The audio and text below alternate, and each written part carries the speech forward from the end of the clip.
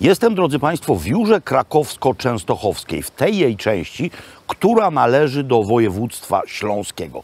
Gdybym był modernym youtuberem, to mógłbym wszystko, co robię, nagrywać tylko przy pomocy takiej kamerki DJI Osmo Pocket.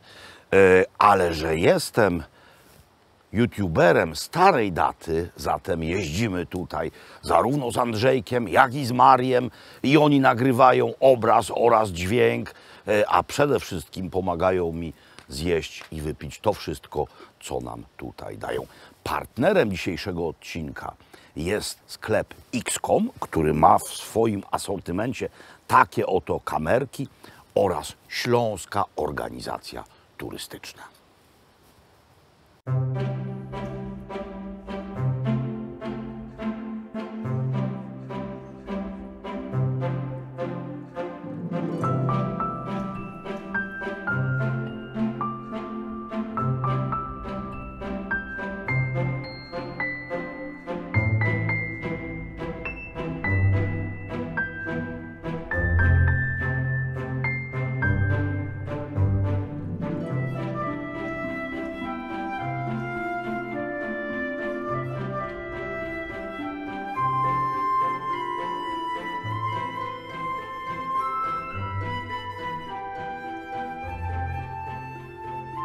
W roku 1948 profesor Kazimierz Sosnowski wytyczył szlak turystyczno-krajoznawczy wiodący z Krakowa do Częstochowy albo też z Częstochowy do Krakowa, jak kto woli, szlak przez Jurę.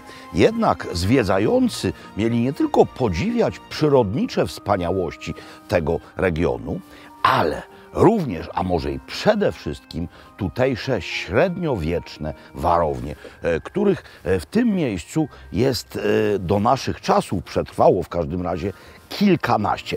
Dlaczego je w średniowieczu budowano? No bo to było pogranicze Małopolski ze Śląskiem. I zaproponował pan profesor, by takie miejsca warowne nazwać orlimi gniazdami. I w końcu powstał z tego szlak Orlich Gniazd. Jedna z najwspanialszych historycznych atrakcji turystycznych w naszym kraju. Stoję u stóp zamku w Olsztynie. Jak będziecie go wpisywać w nawigacji, w GPS-ie, to uważajcie, bo w Olsztynie, stolicy Warmii, też jest zamek, a to jednak spory kawałek stąd.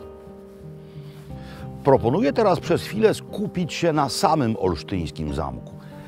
Tym olsztyńskim zamku. Otóż pierwsze źródłowe wzmianki o nim pochodzą z wieku XIII i tak sobie stał przez stulecia, pełniąc funkcje, co już powiedziałem, raczej obronne, a nie reprezentacyjne, aż przyszedł Armagedon w postaci potopu szwedzkiego i jak wiele rzeczy w Rzeczpospolitej wówczas zagłada, ruina i ruiny jako takie. To jest miejsce wspaniałe, no nie tylko z powodu tychże ruin zamku. To jest miejsce również wspaniałe z powodu jurajskiej przyrody. No i dostrzegli to również filmowcy.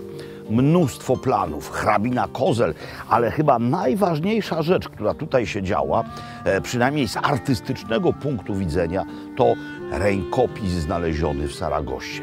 Bowiem mamy romantyczny, średniowieczny zamek, no i okolice, które wyglądają dokładnie tak jak północne rejony Hiszpanii. No i tutaj właśnie być może również na tym kamieniu stał rycerz Van Worden, Caballero Zbyszek Cybulski. Szanowni Państwo, pan doktor Rafał Lach, geolog, przewodnik po Jurze. Panie doktorze, czym tak naprawdę jest Jura? No ja wiem, że jest Jura na przykład na pograniczu francusko-szwajcarskim.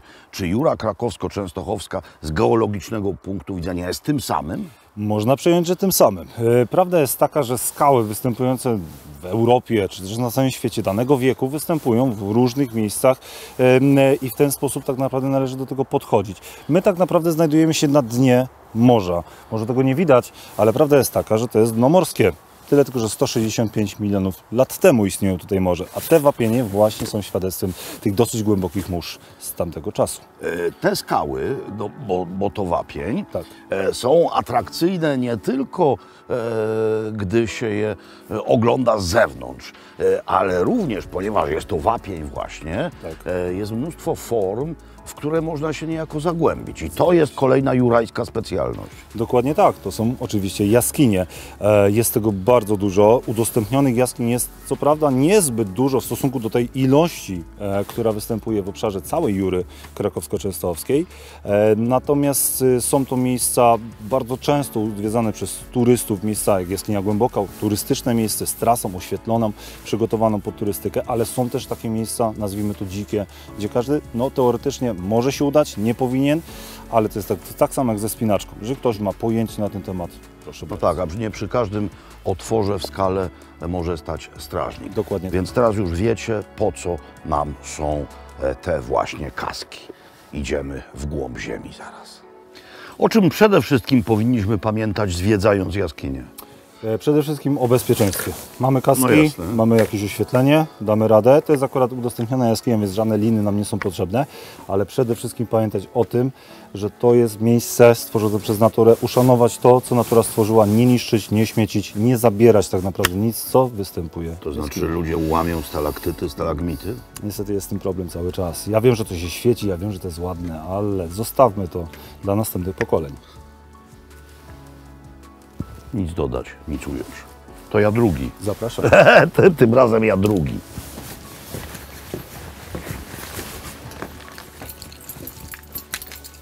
Jak głęboka jest jaskinia głęboka? 19 metrów. Na taką głębokość schodzi każda grupa, która się tutaj pojawia. A długa? 190 metrów łącznej trasy, dlatego że my schodzimy na te 19 metrów do ostatniego punktu i wracamy do wejścia. Wejście jest wyjściem z jaskini. Nie ma- Kiedy świecił Pan po ścianach, to widziałem takich kolegów przyczepionych, nietoperze, ale chyba to są pierwsi koledzy tutaj wiszący, bo one przez zimę zasiedlają jaskinię. Dokładnie tak. Ten okres hibernacji nietoperzy rozpoczyna się na ogół na przełomie tak października i listopada. Większość jaskiń w tym okresie hibernacyjnym jest jednak zamykana, więc ten ruch turystyczny jest tutaj wstrzymany. Aczkolwiek z racji już chłodniejszych dni, czy też nocy, pojedyncze sztuki nietoperzy się pojawiły. Formacje naciekowe, niezwykle piękne, ale mogłyby być jeszcze piękniejsze, gdyby nie bezmyślność ludzka. No bo to są dowody na dewastację po prostu. To są dowody na dewastację, pourywane fragmenty struktur naciekowych, które powstawały tak naprawdę tysiące lat. No właśnie, ile coś takiego powiedzmy tutaj musiało... Powiem w ten sposób. Przyrost tutaj, gdzie wody kapie dosyć dużo, wynosi 1 mm na 100 lat, ale to jest tempo dosyć takie ok. Natomiast 1 mm na 1000 lat to jest takie uśrednione. To są tysiące lat, zanim struktury te naciekowe powstają. Sama jaskinia głęboka, 140 000 lat, to jest dosyć młoda jaskinia z młodą strukturą naciekową i cały czas ludzie tego nie rozumieją. Cały czas gdzieś to jest skubane i chętnie obrywane. Mamy tutaj 100% wilgotność powietrza, Dokładnie. stałą temperaturę, mniej więcej 7 stopni, tak? Dokładnie. Zatem też nie może tutaj zbyt wiele osób naraz wchodzić, bo my emitujemy ciepło, świecimy. To przeszkadza nie tylko nietoperzom, ale w ogóle wszystkiemu, co tutaj jest. Zgadza się. Zakłócamy tak naprawdę chwilowo mikroklimat. Mikroklimat jest ustabilizowany, natomiast nasza obecność negatywnie wpływa na takie środowisko. Dlatego też mamy ograniczoną liczbę osób, liczbę wejść dziennych i też oczywiście odbywa się wszystko w sezonie, wyłączając ten sezon dla nietoperzy, czyli sezon zimowy. No więc pamiętajcie, jak będziecie w jaskini, to po pierwsze nie wolno niczego urywać, po drugie starajcie się nie emitować ciepła. Skrót GOPR oznacza Górskie Ochotnicze Pogotowie Ratunkowe. No i jest GOPR jurajski oczywiście, ale w tym teoretycznie może ktoś widzieć jakąś sprzeczność, no bo nie jesteśmy w górach, jesteśmy na wyżynie. Pan Mateusz, pan Tomasz, członkowie GOPR-u z Jury. Panowie, po co tutaj GOPR, skoro nie góry? No jesteśmy najmłodszą grupą GOPR-u i rzeczywiście jedyną, która nie jest w górach, ale to dlatego, że na terenie wyżyny, przez to, że mamy mnóstwo skał, mnóstwo jaskiń, ta turystyka kwalifikowana jest na tyle specjalistyczna, że nie wszędzie może dojechać karetka. I wtedy my, dzięki samochodom terenowym, kładom, Dzięki temu, że szkolimy ratowników cały czas, jesteśmy w stanie w miejsca docierać i szybko ewakuować osoby, które potrzebują pomocy do karetek Czyli pogotowia ściągacie ratunkowego. delikwentów, którzy się albo wspinają, albo wchodzą do jaskiń, albo jeżdżą tu na rowerach, albo też, zdaje się, ostatnio spadają z nieba. Tak, główną dyscypliną sportu, którą tutaj na naszym terenie się uprawia, to jest właśnie wspinaczka skałkowa, tak jak widzimy tutaj za naszymi plecami. Kolejną dziedziną jest speleologia. Teraz bardzo popularne się robi loty na motolotniach, co też czasem generuje wypadki, bo ktoś gdzieś spadnie, zawiśnie na drzewie i musimy go ściągać. Czyli czuwacie cały czas. Całodobowo przez 7 dni w tygodniu. Czyli wszyscy ci, którzy tutaj przyjadą, poza tym oczywiście, że mają nie szaleć, nie wchodzić do nieoznaczonych jaskiń, wspinać się w sposób odpowiedzialny, to jeśli coś im się odpukać przytrafi, to wy jesteście. Cały rok, cały czas. Więc bądźcie aktywnymi turystami na Jurze i pamiętajcie, że jakby co, to są panowie, jest sprzęt, jest wszystko, jest zapał, jest siła. Serdecznie wam dziękuję. Dziękujemy. Jestem, moi drodzy, w miejscowości Złoty Potok, w miejscu, w którym przez całe stulecia stał dwór obronny. W roku 1851 realność nabył generał Wincenty Krasiński, ojciec poety Zygmunta, z myślą, by sprowadzić tutaj właśnie Zygmunta. Jednak poeta spędził tutaj w zasadzie tylko 1 lato. Wyjechał stąd po śmierci swojej córki. To jest stan z początków XX wieku, stan nadany nieruchomości przez Raczyńskich, bowiem inna córka Krasińskiego wyszła za mąż za Raczyńskiego i do roku 1945, czyli do dekretu, który nacjonalizował takowe dobra, było to we władaniu właśnie Raczyńskich. To jest rzecz bardzo ładna, ale rzecz związana z czymś, co moim skromnym zdaniem z punktu widzenia kulinariów i z punktu widzenia kultury ma znaczenie chyba nieco większe. Właśnie tam zmierzamy. Każdy majątek ziemski musiał się jakoś utrzymać, no więc albo uprawiano ziemię do tegoż majątku należącą, albo, tak jak w tym wypadku, na przykład budowano stawy rybne, by ryby hodować. No powiecie, hodowla ryb i rybne stawy w naszej części świata rzecz to całkowicie zwyczajna, znana od wczesnego średniowiecza, bo przecież już we wczesnym średniowieczu mamy rybne stawy, najczęściej wówczas przyklasztorne. Tak, ale w tych stawach najczęściej hodowano karpie. Natomiast tutaj chodzi o coś zupełnie innego. W roku 1881 ze Stanów właśnie tutaj, do Złotego Potoku, najpierw przypłynęła, a potem przyjechała niezwykła przesyłka. Otóż w skrzyniach, które były obłożone wilgotnym mchem i lodem, przyjechała tutaj ikra pstrąga. W Europie nie znano hodowli pstrąga. Zapoczątkowano ją właśnie w Stanach. I te pstrągi wpuszczono do tych stawów. Zatem gdzie jesteśmy? Jesteśmy w najstarszej europejskiej hodowli pstrągów. Zapamiętajcie, to właśnie tutaj Złoty Potok.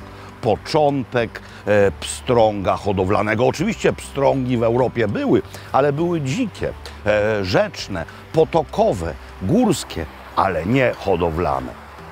Prapoczątek tejże hodowli tu. Hrabia Edward Raczyński wszystko niezwykle precyzyjnie przemyślał. Najpierw sprowadził z Litwy inżyniera Michała Girdwojnia, nazwisko bardzo litewskie. Inżynier wybudował tutaj stawy, a następnie ze Stanów przypłynęła ikra. Postawiono również o właśnie ten budynek. To była wylęgarnia, ponieważ oprócz tego, że sprzedawano tutaj pstrągi do jedzenia, to sprzedawano również ikrę pstrągową. Zatem, jeśli macie gdziekolwiek dziś w Europie pstrąga tęczowego, to jego pradziadowie pochodzą właśnie z tego budyneczku. Przy stawach działa smażalnia. No i tutaj tych ryb nie kupuje się w hurtowni. One są po prostu 10 metrów stąd. I nie są to tylko pstrągi, choć one są rzecz jasna najważniejsze. Zobaczcie, pstrąg tęczowy przede mną, ale pływają tutaj również karpie i pływają tutaj również jesiotry. Do tego albo frytki, albo chleb, albo domowe surówki. No i najświeższe i najprościej przygotowane ryby. Przecież o to właśnie w takich miejscach chodzi. Przyjrzyjcie się wnętrzu pstrąga. Pstrąg, wnętrze potrafi mieć bardzo bogate i spójrzcie, jakie ma konsystencję mięso. Jest wilgotne, nie jest wysuszone, nie jest przesmażone. Jest po prostu doskonałe. Karp. Znowu to powtórzę. 34 proszę zamówienie. Tak. 34. Tak tu właśnie idzie, bo jest dużo ludzi, tam się smaży i od razu na bieżąco wydaje. Delikatne ciasto, to nie jest bułczana panierka, to jest rodzaj ciasta naleśnikowego i karp. Powtarzam, że jemy go tylko z okazji Wigilii, a powinniśmy przez cały rok i tu jest przez cały rok. Doskonały. No i jeszcze kolega jesiotr. A, to nie jest obieg zamknięty, te wody. Tutaj mamy wodę przepływową, więc najczystszą z możliwych.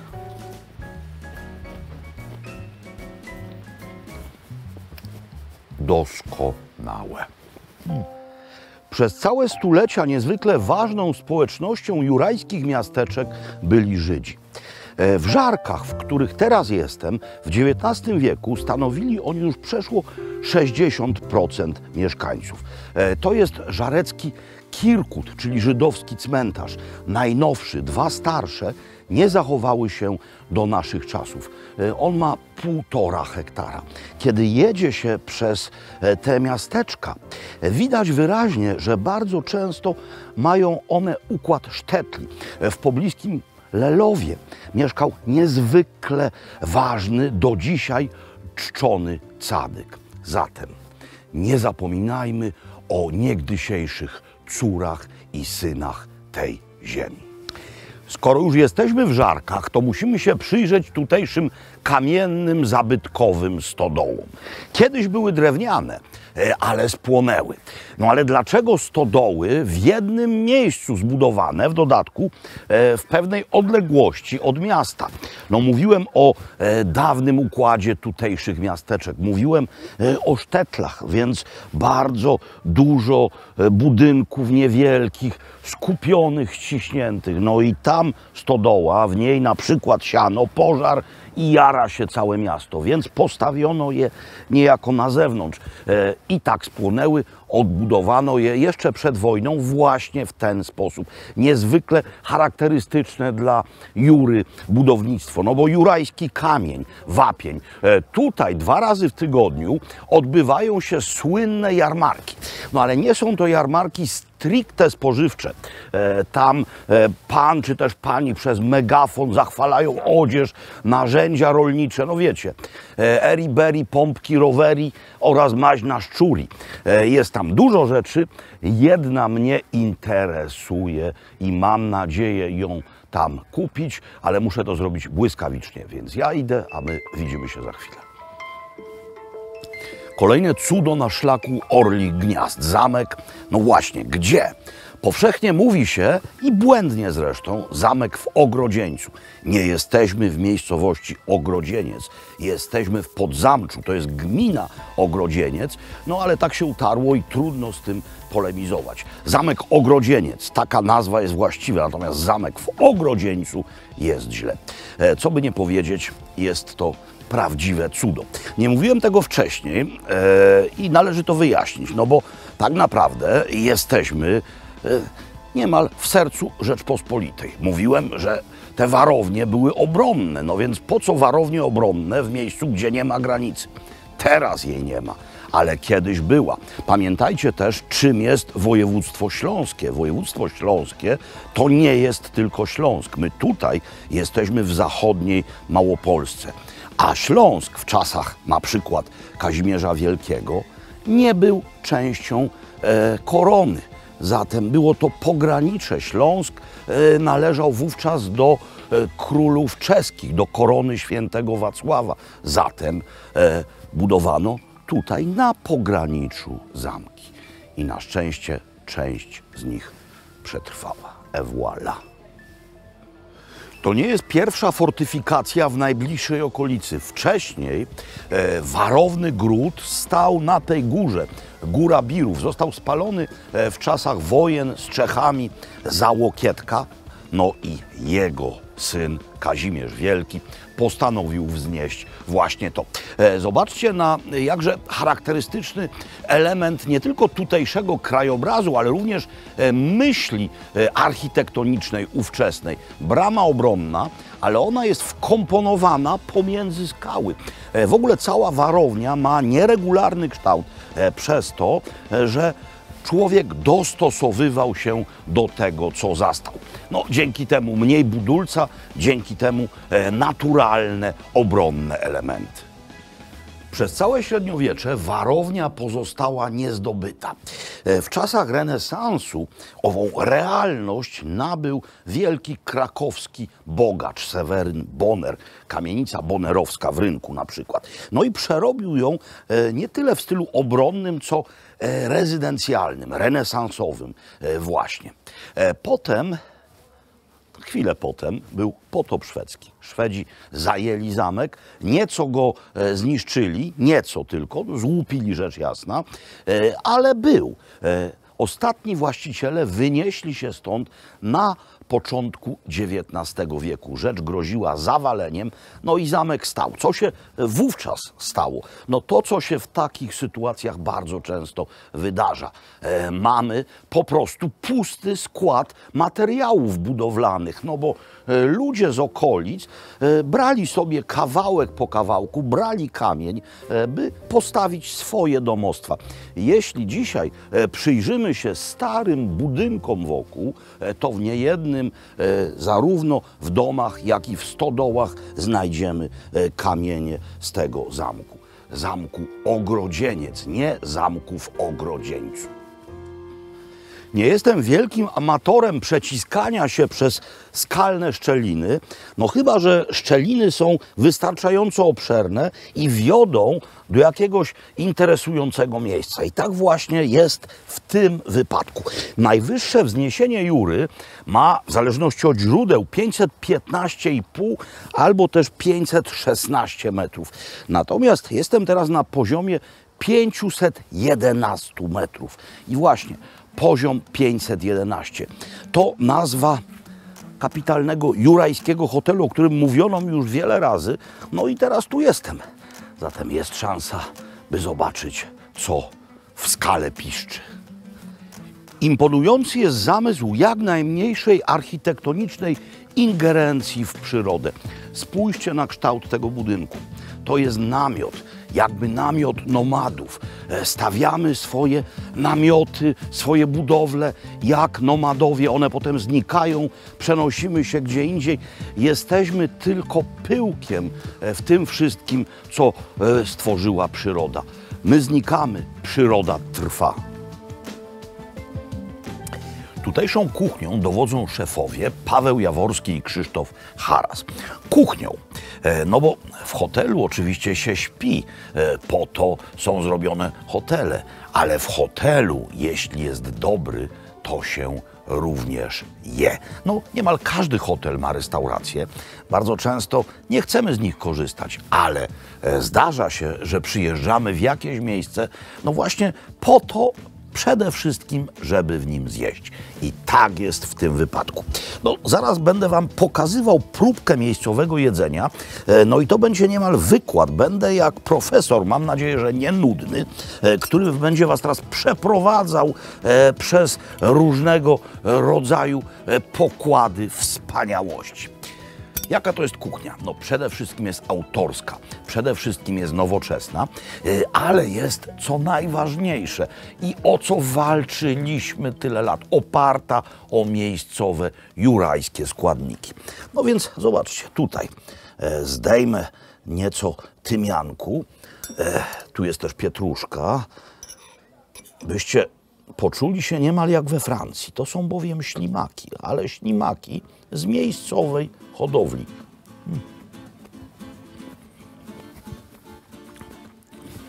W ogóle bardzo lubię ślimaki, ale ślimaki nie powinny być gumowe. Te nie są. Tutaj, jaka pora roku? Jesień. Mamy lasy, mamy wyżynę, więc mamy również grzyby. To są rydze. Nie z patelni podawane, tak jak na Podhalu, lecz w sosie śmietanowym.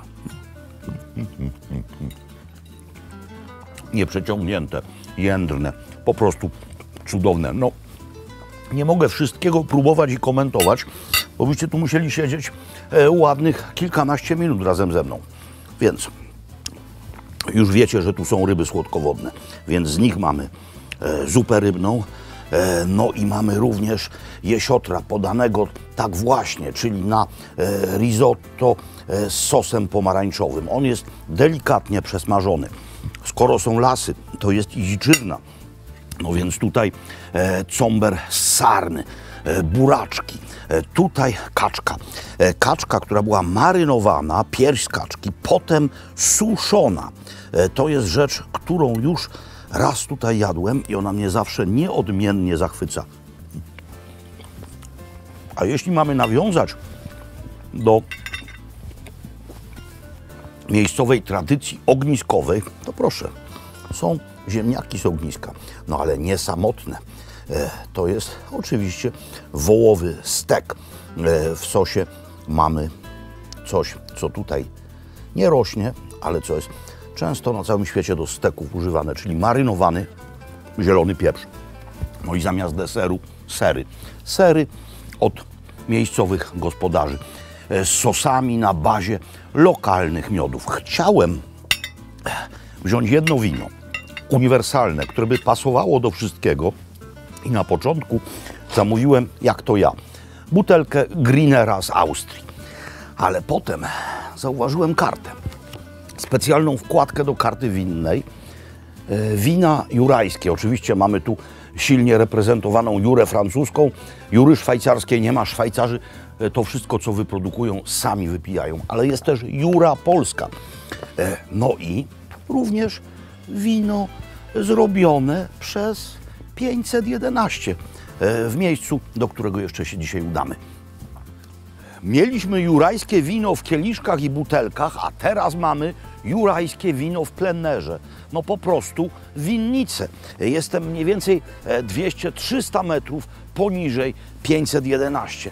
Pół hektara upraw. W nieodległych Pieckach są hektary 4.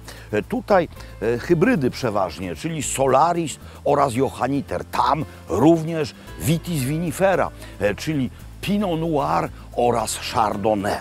Spójrzcie na terroir, spójrzcie na ziemię, wapień. Również takie drobne, wapienne kamyczki, nie tylko wielkie, skalne ostańce. To jest też w glebie. No i co to powoduje? No, ten kamień chwyta ciepło, kumuluje to ciepło, a w chłodniejsze chwile oddaje ciepło. Zatem tak, jurajskie wino jest faktem nie tylko w Jurze, we Francji oraz Szwajcarii.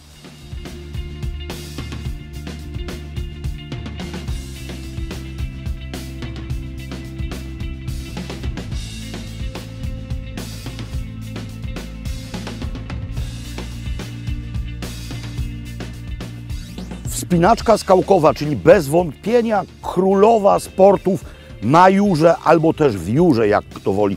To właśnie tutaj swoją alpinistyczną karierę zaczynały prawdziwe gwiazdy naszego alpinizmu.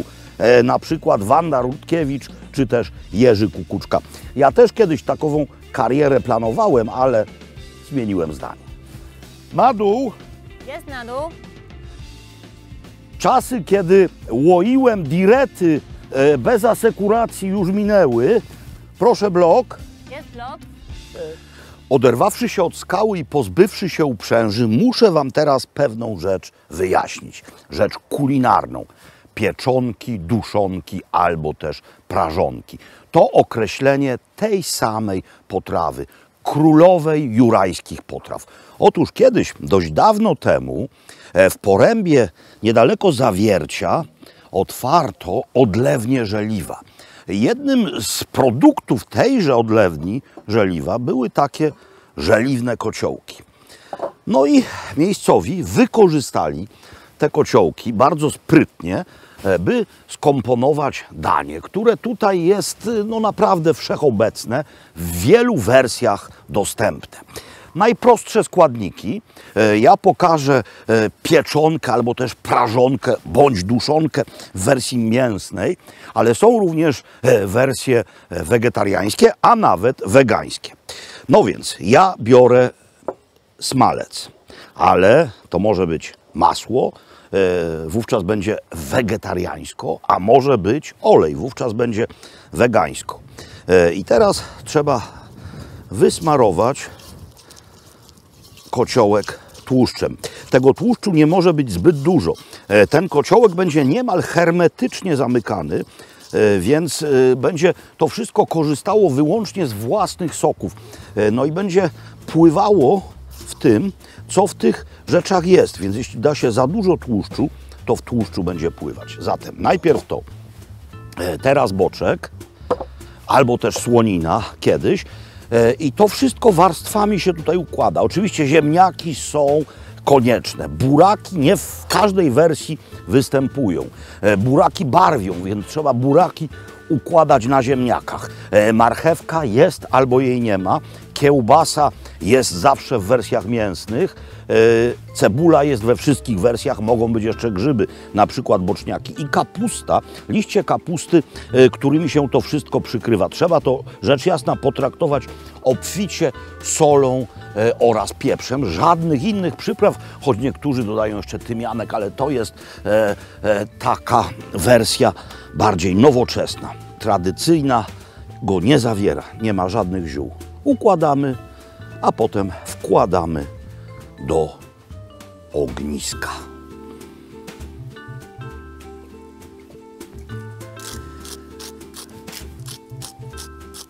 Podobno niektórzy eksperymentują z pomidorami, ale ci, którzy znają się na pieczonkach, twierdzą, że to jest beznadziejny eksperyment. Pomidory puszczają dużo soku, a to nie ma być zupa, to ma być zapiekanka po prostu. Więc no właśnie to, co pokazałem. Oczywiście można wariacje wprowadzać, ale pomidory i wszystkie te jarzyny, które puszczają sok, raczej są wykluczone. Oczywiście ilość warstw zależy od tego, jak duży jest kociołek i jak grube te warstwy będziemy robić. Ważne jest, by przed położeniem tutaj kapusty zrobić jeszcze dwie rzeczy, mianowicie zakończyć całość ziemniakami, a zatem potraktować to jeszcze solą i pieprzem i na sam wierzch położyć nieco tłuszczu, w tym wypadku tego samego, który jest użyty do wysmarowania kociołka, czyli smalcu, ponieważ tym nie będziemy mogli machać. Tutaj w środku to nie będzie mogło być przemieszane. To będzie stało w żarze na tych nóżkach. Zatem tylko będzie w środku cyrkulować. Te soki będą pływać, przemieszczać się samoistnie niejako. Zatem trochę tłuszczu musi od góry spłynąć. No, rozłóżmy go tak i już kapusta i przykrywamy. To jest z lekką górką. Pamiętajcie, że to siądzie, no bo zmniejszy się objętość jarzyn i innej materii dodanej. Te liście kapusty mają wystawać nieco ponad powierzchnię kociołka, gdyż i tak to wszystko zostanie w ten właśnie sposób dociśnięte. Tu jest delikatny otwór, zatem to nie eksploduje. Zamykamy, zakręcamy i wkładamy. Czekamy około 40 minut. Jak widzicie, teraz kociołek jest odkryty. Mistrzowie robienia prażonek, welpieczonek w ten sposób też postępują. Właśnie zdejmują pokrywkę po to, żeby ewentualny nadmiar płynu odparował. Zobaczcie, jak to siadło. To, co było na wierzchu, na talerzu, będzie tak zwanym łóżeczkiem, czyli nakłada się wszystko na liść kapusty. Nie ma płynu, a wszystko przeszło własnym smakiem, własnymi smakami, gdyż tych smaków jest tutaj mnóstwo. No, ten liść kapusty mi się bardzo podoba, gdyż jest przypieczony. Jezu, jak tu gorąco. Żeliwo łapie temperaturę i potem ją oddaje. Dlatego właśnie garnki żeliwne są tak fajne. I w tych stronach, a jak wiecie, już jest to przysmak z tych stron, należy do tego pić maślankę. Jeśli komuś ziemniaki nie wystarczą, to właśnie po ten przysmak pojechałem na jarmark w Żarkach. Zobaczcie, to jest tatarczuch, czyli chleb zrobiony z mąki gryczanej. Chleb bardzo wilgotny, taki, który ma chrupiącą skórkę i wytrzymuje w stanie świeżym przez minimum tydzień. Ciemny, od gryki właśnie. No i tak naprawdę mamy niemal tutto completo. Zobaczcie, jaki ładny burak. Nie, to marchewka zabarwiona od buraka. Burak jest tutaj.